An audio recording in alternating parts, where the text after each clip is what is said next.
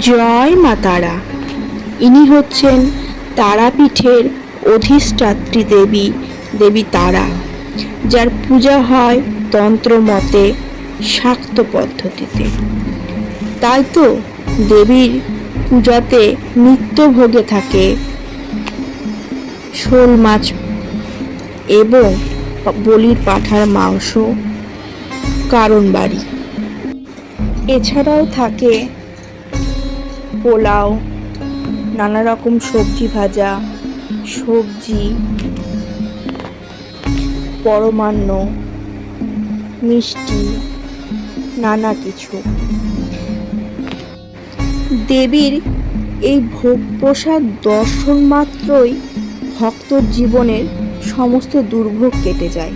তাই তো বহু ভক্ত এই মন্দিরে আসেন, মাকে এই ভোগ নিবেদন করেন এবং পরে সেই ভোগ তারা প্রসাদ রূপে গ্রহণ করেন। কথিত আছে, মাকে নিবেদন করা শোল মাছ পোড়া যদি কোনো ভক্ত প্রসাদ রূপে গ্রহণ করেন, তাহলে তার জীবনের গ্রহদশা থেকে তিনি মুক্তি পান।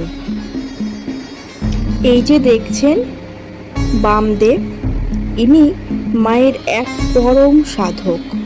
যিনি বামদেব হলো মায়ের মানসপুত্রও বলা চলে।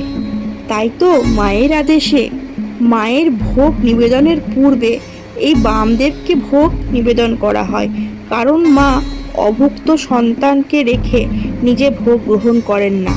তাই মায়ের নির্দেশে তার মানসপুত্রকে আগে ভোগ নিবেদন করা হয় এবং তারপর মায়ের ভোগ নিবেদিত হয়। জয় মা তারা। সকলে ভালো থাকবেন, মা সকলের মঙ্গল করুক। জয় মা।